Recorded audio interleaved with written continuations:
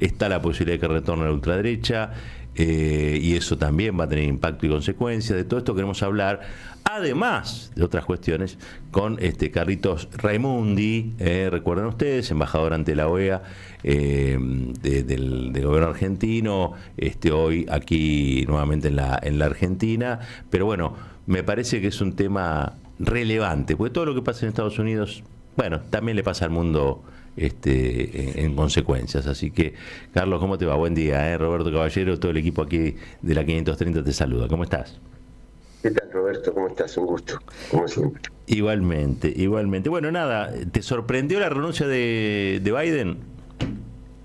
No, en absoluto, no, inclusive me estaba acordando que hará 10, 15 días que había hecho yo un Twitter planteando esto, ¿no? Planteando de que era insostenible la candidatura de Biden después de la pobreza de su desempeño en el debate, pero fundamentalmente porque una cantidad de legisladores, otra cantidad de gobernadores demócratas, los medios más afines, New York Times, CNN, pero fundamentalmente, Roberto, los aportantes que financian la campaña demócrata eran los que estaban pidiendo el paso al costado de Biden para refrescar la posibilidad electoral. Así que no me sorprende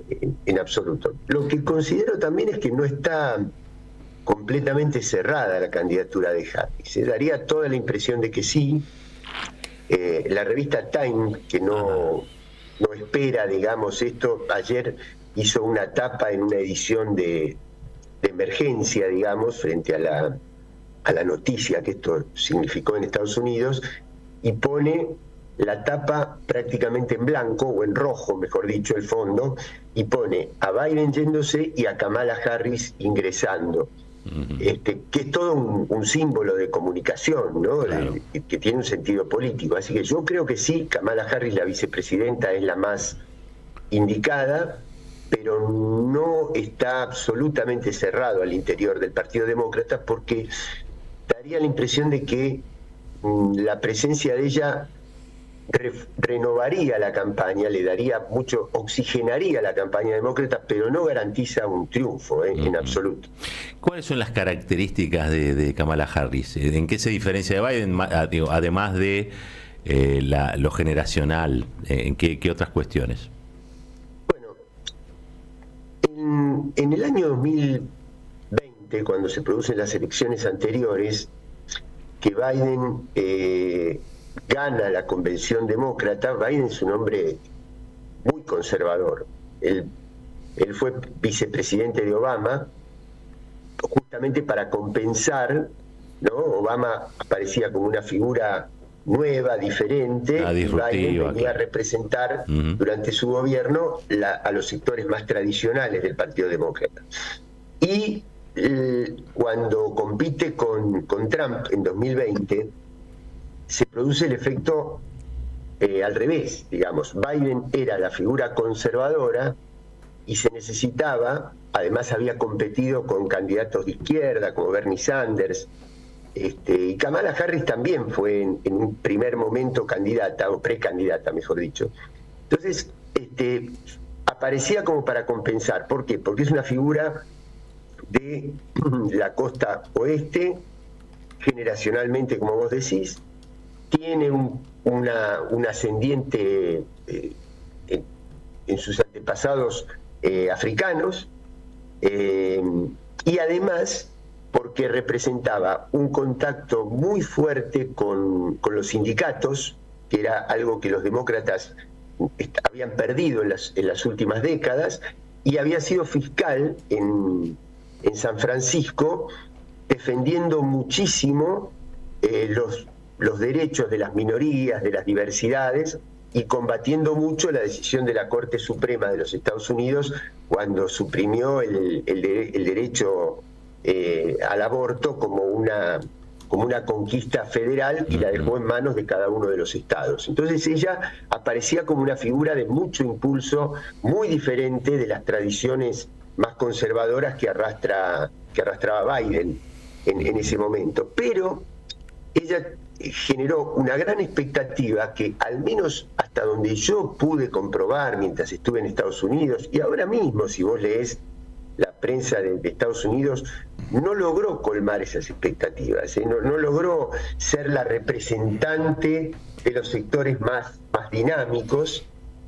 Tal es así que después apareció una figura como la del hijo de Robert Kennedy, que tiene un origen en el Partido Demócrata, pero que al no ver colmadas esas expectativas lanzó también su candidatura. Así que está muy complicado. Yo creo que hay un proceso de decadencia muy grande a nivel internacional de los Estados Unidos que se refleja en la inestabilidad de su sistema político, ¿no?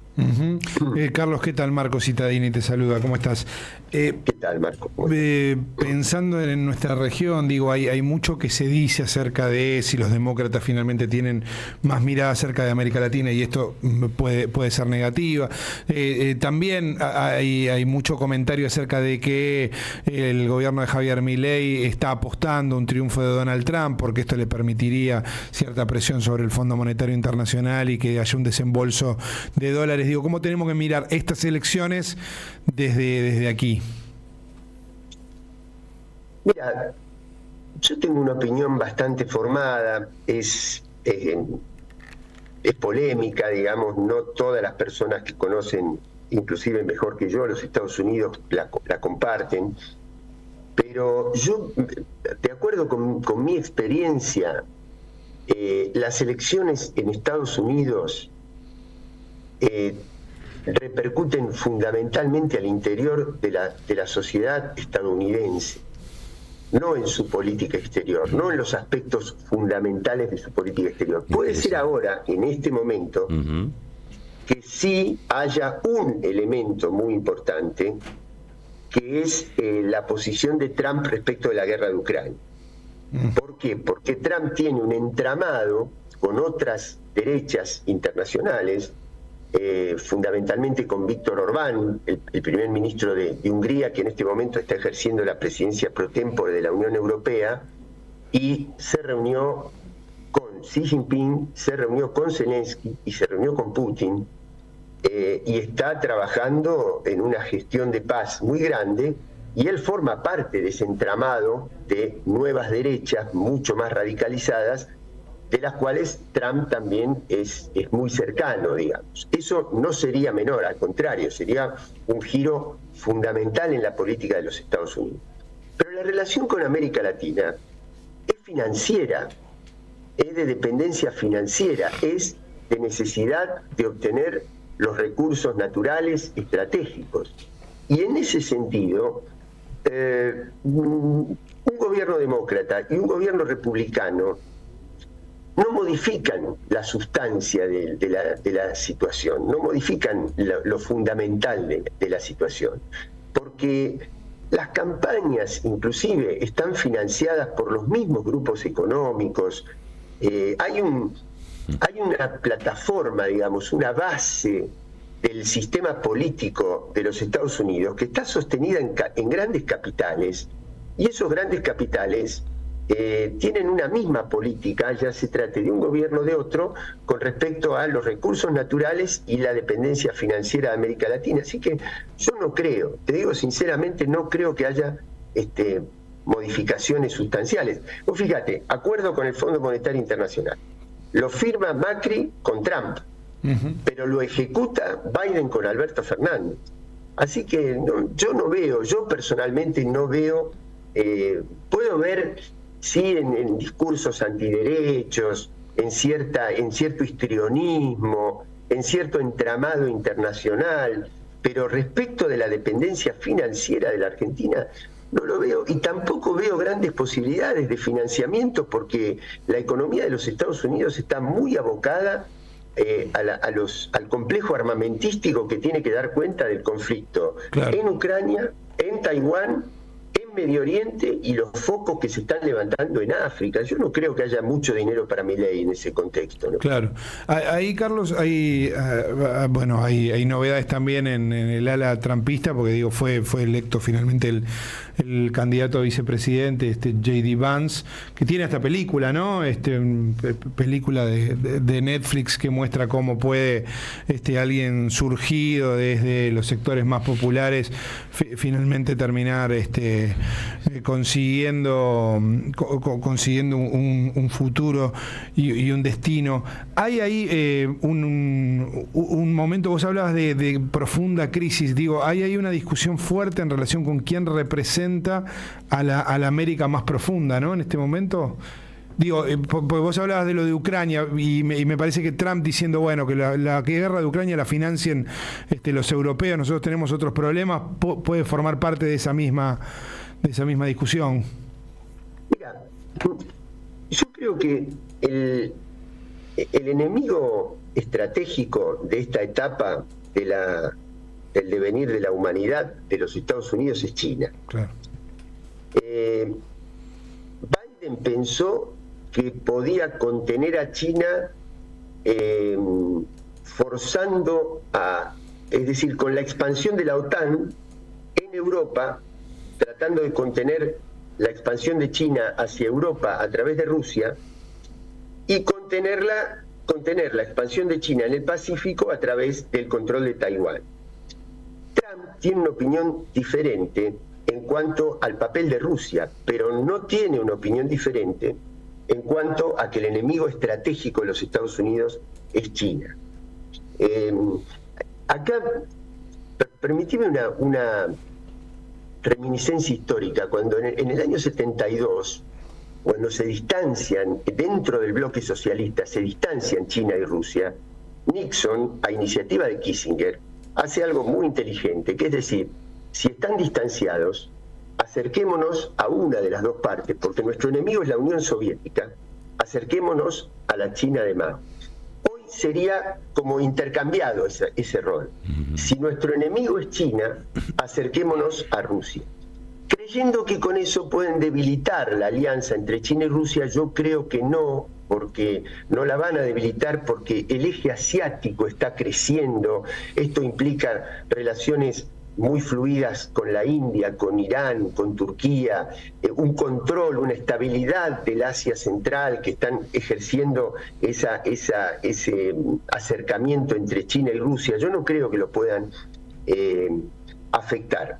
Ahora, es cierto que Trump representa una idea de relocalización de capitales estadounidenses que estaban fuera del país, reubicarlos en el país. ¿Para qué? Para volver a representar a ese norteamericano profundo, que es el sujeto histórico del sueño americano. Pero es el anglosajón autóctono, es el anglosajón tradicional, profundamente religioso, blanco. Ahora, el problema es que desde que ese americano profundo era el sujeto mayoritario hasta ahora, ha corrido tanta agua debajo del puente que la estructura de la población de los Estados Unidos es distinta. Ese norteamericano hoy ya no es mayoría. Ahora, en donde sí Trump se afianza mucho, y por eso elige a este candidato a vicepresidente, porque elige un candidato a vicepresidente que tiene los mismos rasgos que Trump, es decir, trata de perpetuar ese perfil combativo, histriónico, trata de profundizarlo a través de, es decir, Trump, que viene desde fuera de las estructuras del Partido Republicano, en su primer mandato necesitó tener un vicepresidente que congeniara con la estructura del partido. Esta vez se siente tan fuerte y se sintió tan fortalecido después del atentado que eligió un candidato a vicepresidente que tiene su mismo perfil. ¿Para qué? Para perpetuar ese perfil dentro de la política norteamericana, que es profundamente conservador, profundamente antiderechos, y que va a seguir trabajando en el mundo para ese entramado de las ultraderechas que simboliza Steve Bannon, ¿no? Así que lo que sí yo creo, permitir una última cosa, es que hay una decadencia estructural que es irreversible. Porque vos fíjate, ¿por qué la gente afuera de Estados Unidos Trump le resulta mucho más antipático que los demócratas? Porque representa un discurso violento, un discurso amenazante, muy fuerte, muy radicalizado. Ahora, el atentado lo sufrió Trump. Quiere decir que hay violencia extrema del otro lado. Hay, hasta que no se demuestre lo contrario, hay intento de magnicidio del lado demócrata, no del lado republicano. Quiere decir que si vos tenés al tipo que representa la mayor violencia, al mismo tiempo víctima de la mayor violencia, quiere decir que lo que está tiñendo el panorama de los Estados Unidos en este momento es la violencia. Violencia con los inmigrantes, violencia en los tiroteos de los civiles, en los supermercados, en las escuelas, en las plazas, violencia política. Así que yo creo que eso da cuenta de que hay una decadencia estructural en la que no difiere la situación del Partido Demócrata y del Partido Republicano.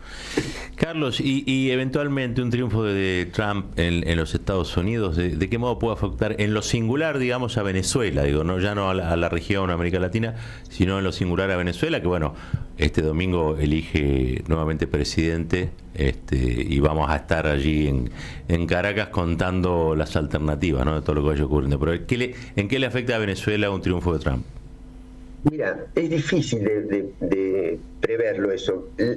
Yo creo que la opinión dominante dentro del gobierno de Venezuela es que prefieren a Biden. Preferían a los demócratas. Bueno, no sería Biden, sería el candidato o la candidata demócrata.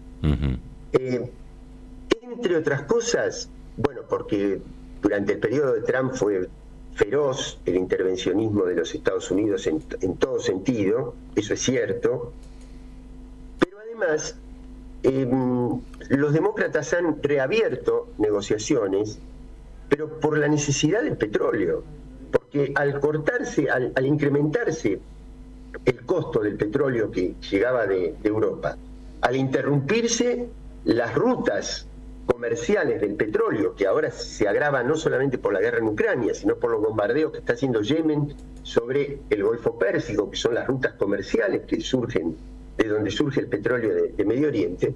Estados Unidos necesita un petróleo más barato, con menos costo de flete y de traslado, y al cual las refinerías de los Estados Unidos estaban mucho más acostumbradas que al otro petróleo. Por eso han reabierto las negociaciones con Venezuela. Pero si la guerra termina y se normaliza la ruta del petróleo, esa apertura probablemente, aún con un gobierno demócrata, se enfríe. Por lo tanto, no sabría decirte. Yo lo que te diría es, Roberto, los golpes blandos en América Latina, de los cuales también repercutieron en Venezuela, contra Zelaya en Honduras, contra Lugo en Paraguay, los intentos contra Correa y contra Evo, contra Dilma y la persecución a Cristina y la inhabilitación a Cristina vinieron en la etapa de Obama, no vinieron en la etapa de Trump. No porque a mí me simpatice Trump, está claro, ¿no? Sí, entiendo. Estoy hablando de una decadencia estructural y de una necesidad, es decir, el Comando Sur va a seguir necesitando el litio, gobierne quien gobierne los Estados Unidos. Las grandes corporaciones van a necesitar el financiamiento de nuestros recursos, de la Amazonia, gobierne quien gobierne los Estados Unidos. Esta es mi impresión particular, pero que se basa en la experiencia, no es un problema ideológico, se basa en la experiencia. ¿Y qué se juega en Venezuela este domingo? Y bueno, y se juega la soberanía de un país fundamental en América Latina. Bueno, ahí yo creo que un gobierno de Trump, no quiero olvidarme de este detalle, Trump tiene una relación muy fluida con Bolsonaro. Sí. Y con la familia Bolsonaro. Tratan de representar lo mismo. Quiere decir que ahí va a haber una presión mayor sobre el gobierno de Brasil. Eso va a repercutir en toda América Latina y también en Venezuela. En Venezuela, Roberto, si somos capaces de consolidar proceso soberano o no. La defensa de la dignidad de un país, la defensa de los recursos de un país. Vos fíjate que Venezuela, es decir, yo no quiero decir, y vamos a tener la oportunidad de comprobarlo en estos días, porque tanto vos como yo vamos a estar allá. Mira, a mí me pasaba lo siguiente cuando estaba en OEA, ¿no? Venían los Estados Unidos y nos proponían un proyecto de condena a Nicaragua, de condena al gobierno de Chile, más progresista que el de derecha, una condena a una actitud de Petro o de Venezuela, y vos hablabas con nuestros embajadores en las capitales y te decían, acá no pasa nada, acá no hay crisis, no es perfecto, hay problemas, pero son perfectamente comparables o equiparables a los que hay en Argentina o en cualquier otro país. ¿Por qué la prensa internacional demoniza a Venezuela? Donde hoy el comercio, la actividad laboral y todo, te diría que es mucho más activa que en la Argentina. Yo si estuviera hoy en Venezuela, les diría electoralmente, ojo con convertir a Venezuela en Argentina. ¿Te acordás que usaban lo contrario? Sí, que Argentina puede ser Venezuela. Bueno, ojo que hoy Venezuela puede ser la Argentina si gana la derecha. ¿Por qué?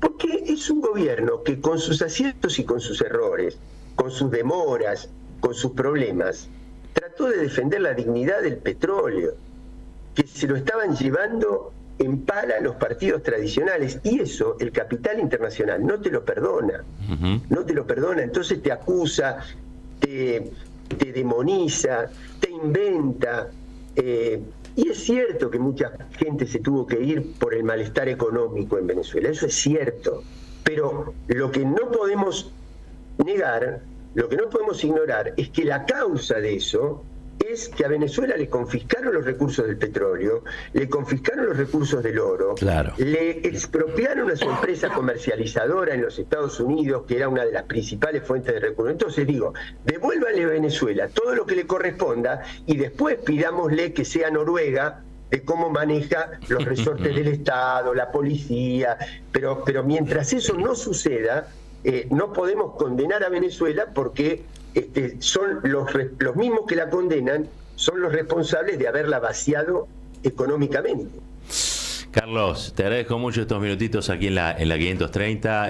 Bueno, nos vamos a estar viendo, vamos a estar charlando y también registrando vivencias comunes, ¿no? Ahí en la tierra del querido comandante Hugo Chávez Frías. Dale, así que te mando un fuerte abrazo. Déjame 10 segundos, che, porque yo digo, no, fíjense si piensan con algún economista que tenga mucho más conocimiento y experiencia que yo, si el traslado del oro, de las reservas de oro, que no sabemos dónde fueron, ni dónde están, ni cómo salieron, no pueden ser la única garantía que la Argentina puede ofrecer a un crédito de fondos de algún organismo internacional. Tiene lógica.